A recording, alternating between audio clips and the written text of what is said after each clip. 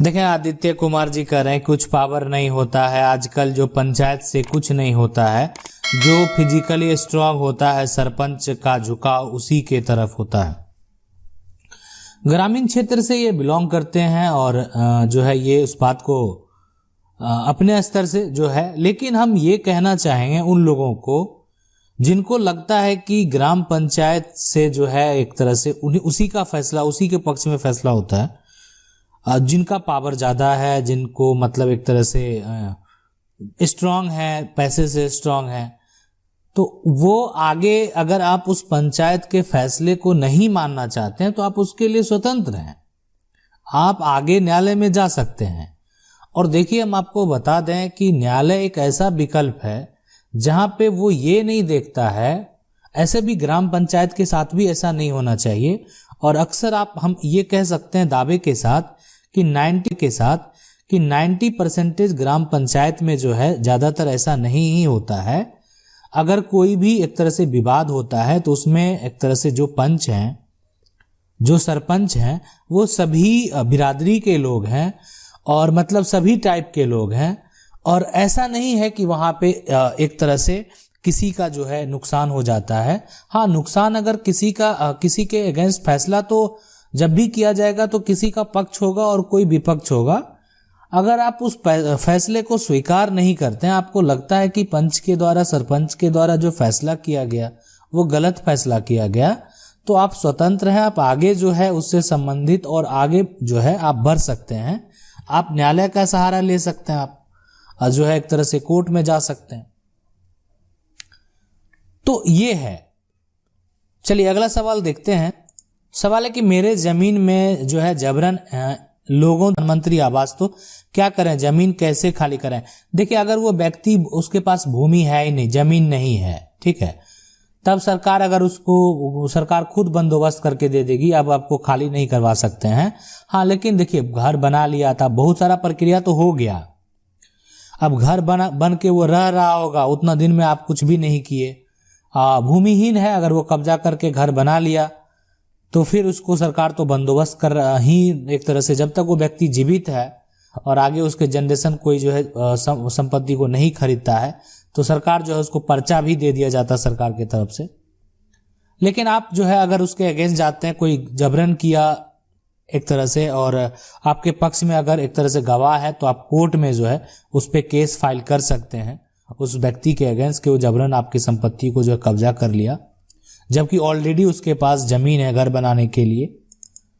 अगर उस व्यक्ति के पास पहले से जमीन है घर बनाने के लिए, तब आप उसको आसानी से हटा सकते हैं। लेकिन अगर उसके पास जमीन नहीं है तो थोड़ा दिक्कत, मुश्किल और हो सकता है इसको हटाने में। सवाल है कि अगर भाई फर्जी साइन करे, जमीन प्रॉपर्टी जो है हथिया लेते हैं और बहन जो है एक तरह से बाद में प्रॉपर्टी लेना चाहे। देखिए, फर्जी अगर कर दे, फर्जीवाड़ा जो है करना तो धोखा हो गया और धोखा करने का सजा भी होता है। फर्जीवाड़ा मतलब फ्रॉड के दायरे में उसको रखा जाता है कि किसी का फर्जी साइन अगर कर लिया।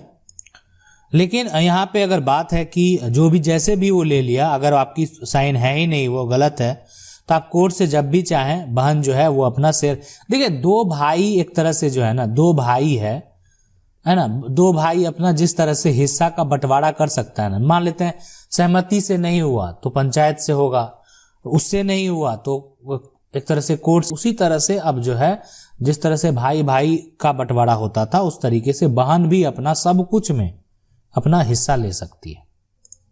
पिता और बेटी की संपत्ति का झगड़ा खत्म करने का एक ही रास्ता है, सरकार पीहर योजना लागू करे जिससे बेटियों को अपनी संपत्ति पिता और भाई के नाम करवा दी। उन्होंने हर महीने अपने गांव के जो है डाक खाने में गुजारा भत्ता मिले ताकि अपने गांव आए और झगड़ा भी ना हो। देखिए, एक चीज है ना कि सबसे पहले झगड़ा जो है करने वाली की जो जिसकी मानसिकता है वही झगड़ा करेगा, जिसकी मानसिकता वैसे नहीं है वो झगड़ा क्यों करेगा। रही बात, आप ये देखें गांव शहर में देखें, शहर में क्या होता है, अगर मान लेते हैं कोई बड़े बड़े उद्योगपति हैं, उनके दो बच्चे हैं, एक बेटी है एक बेटा है, तो बेटी भी संपत्ति में की हकदार होती है और बेटा भी संपत्ति का हकदार होता है, वहां तो कोई दिक्कत नहीं होता।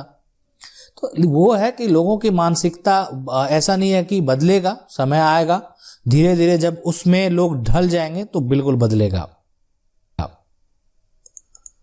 है कि सर चरगाह में 40 साल से रह रहे हैं तो क्या होगा, हम लोगों को जो है हटना पड़ेगा। देखिए, अगर आप 40 साल से किसी भी संपत्ति पे रह रहे हैं और रही बात कि आसानी से अगर एक तरह से अधिकारी के द्वारा कोई कारणवश अगर वहाँ पे नोटिस जारी कर दिया गया सरकार के द्वारा और आपको एक तरह से अतिक्रमण के रूप में हटा दिया गया, तोड़ दिया गया, तो आपको अगर ऐसा लगता है ऐसा समस्या होने वाला है, आगे हो सकता है, तो आप जो है कानूनी रूप से दावा कर सकते हैं। अगर आप सरकारी संपत्ति को या 30 साल और अगर कोई निजी संपत्ति को 12 साल से कब्जे में है तो आप अपना मालिकाना हक का दावा कोर्ट में कर सकते हैं। तो अगर आपको ऐसा लगता है कि सरकार के द्वारा ऐसा किया जा सकता है तो पहले से सतर्क हो, अपना मालिकाना हक का दावा अगर आप कोर्ट में करते रहेंगे तो अगर आपका मामला कोर्ट में रहेगा तो फिर जो है एक तरह से नहीं होगा कि वो आपको आसानी से आके तुरंत हटा। अगर नाना ने एक नाती के जो है यहाँ पे पत्नी को जमीन रजिस्ट्री कर दी तो उसमें क्या होगा, तो नाना जो है ना, अगर नाना जो है कोई नाती को अगर रजिस्ट्री कर दिया तो होना क्या है, सबसे पहले नाना का अगर पूर्वज से प्राप्त संपत्ति है तो नाती का तो ऐसे ही हिस्सा होगा, ठीक है। तो रही बात अब यहाँ पे जो रजिस्ट्री है, अगर किसी बेटे के द्वारा विरोध किया जा रहा है कि जो जमीन दिया गया अगर उसमें वो भी अपना शेयर खोजे तो वो ये रजिस्ट्री को चाहेगा तो रद्द भी करवा सकता है। कि अगर नाना की सेल्फ एक्वायर प्रॉपर्टी है, नाना खुद ने खरीदी है, तो नाना स्वतंत्र है नाती को देने के लिए। बेटा कभी भी या कोई भी उस पे जो ऑब्जेक्शन नहीं लगा सकता। लेकिन अगर नाना वो संपत्ति खुद ने नहीं खरीदी, उनका पूर्वज से प्राप्त संपत्ति है, तो उस केस में ऑब्जेक्शन लगाया जा सकता है। सवाल है कि मालिकाना हक कैसे प्राप्त करें, कृपया बताएं। देखिए, मालिकाना हक जो होता है, कोई भी संपत्ति जमीन का जब टाइटल आपके नाम से आ गया तो वो आपका मालिकाना हो गया। जब आप कोई भी घर खरीदते हैं या जमीन खरीदते हैं, जो भी खरीदते हैं आप, है ना, तो घर आपका हो गया, ये घर है आपका, आप खरीद लिया, आपको एक कागज मिल गया, उस कागज का नाम जिसको बोलते हैं कि आपने रजिस्ट्री करा लिया, तो रजिस्ट्री वाला डॉक्यूमेंट तो आपको मिल गया, रजिस्ट्री का डॉक्यूमेंट मिल गया, ये रजिस्ट्री का कागज है ना। लेकिन इसका क्या, तो इसको दाखिल खारिज कराना पड़ता है। मतलब पहले जो मालिक है का नाम दर्ज है ना, जो दाखिल है उसको खारिज कर देना पड़ता है। और आपका उसके बाद जैसे ही वो खारिज होता है तो जो है एक तरह से रजिस्ट्री के अनुसार जिस व्यक्ति के नाम से संपत्ति है वो उसका मालिक हो जाता है, तो मतलब नया मालिक बन जाता है। तो अगर आप दाखिल खारिज नहीं कराते हैं तो आपको मालिकाना हक कैसे मिलेगा। तो कोई भी आप घर खरीदें, है ना, या जमीन खरीदें या जो भी खरीदें, आप किसी से मान लेते हैं कोई सेकेंड हैंड कार ही खरीदते हैं, तो अगर वो पहले किसी दूसरे व्यक्ति के नाम पे है, लेकिन आपने कागजात सब कुछ तैयार कर लिया, सब कुछ मोहर लगा लिया, लेकिन उसके बाद जो उसका प्रक्रिया है अगर वो आप नहीं करेंगे जो सरकार के द्वारा है, ठीक है, आपने सारा कुछ कर लिया, मोहर वगैरह जो भी है सब कुछ कर दिया, सारा पेपर फिल कर लिया, है ना, लेकिन जो आगे वेरीफाई करके वो जो ट्रांसफर करने का सिस्टम है वो आपने नहीं किया, तो आपके नाम से तो आया ही नहीं, आपके पास ठीक है वो कागज हो गया, है ना। लेकिन आपको यहां पे उसी तरह से संपत्ति में दाखिल खारिज कराना बेहद जरूरी होता है। सवाल है कि हमारे छोटे बाबा ने हमारी जो है मदर के नाम से संपत्ति अपनी लिखी हुई है, माँ के नाम से जो है संपत्ति को लिखी हुई है, और आप यहाँ पे अगर ऐसा पूछ रहे हैं कि उस पर हमारा हक बनता है कि नहीं बनता है, तो वो जो कर दिया, अगर वहां पे ये संपत्ति माँ के नाम से लिखे हुए हैं दादा या जो भी बाबा हैं, तो माँ के नाम से जो संपत्ति है, तो माँ के मृत्यु के बाद आपका उस पे पूरा हक बनेगा। मतलब इसलिए कि आप उस माँ के बेटे हैं।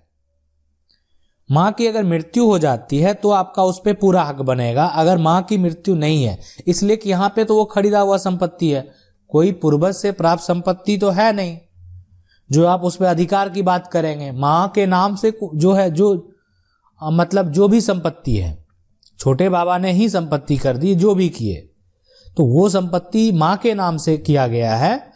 तो जब तक माँ जीवित हैं उस पे आप अधिकार का दावा नहीं कर सकते हैं, लेकिन माँ के मृत्यु के बाद उस पे आपका पूरा पूरा अधिकार होगा, उस पे आपका पूरा पूरा अधिकार होगा।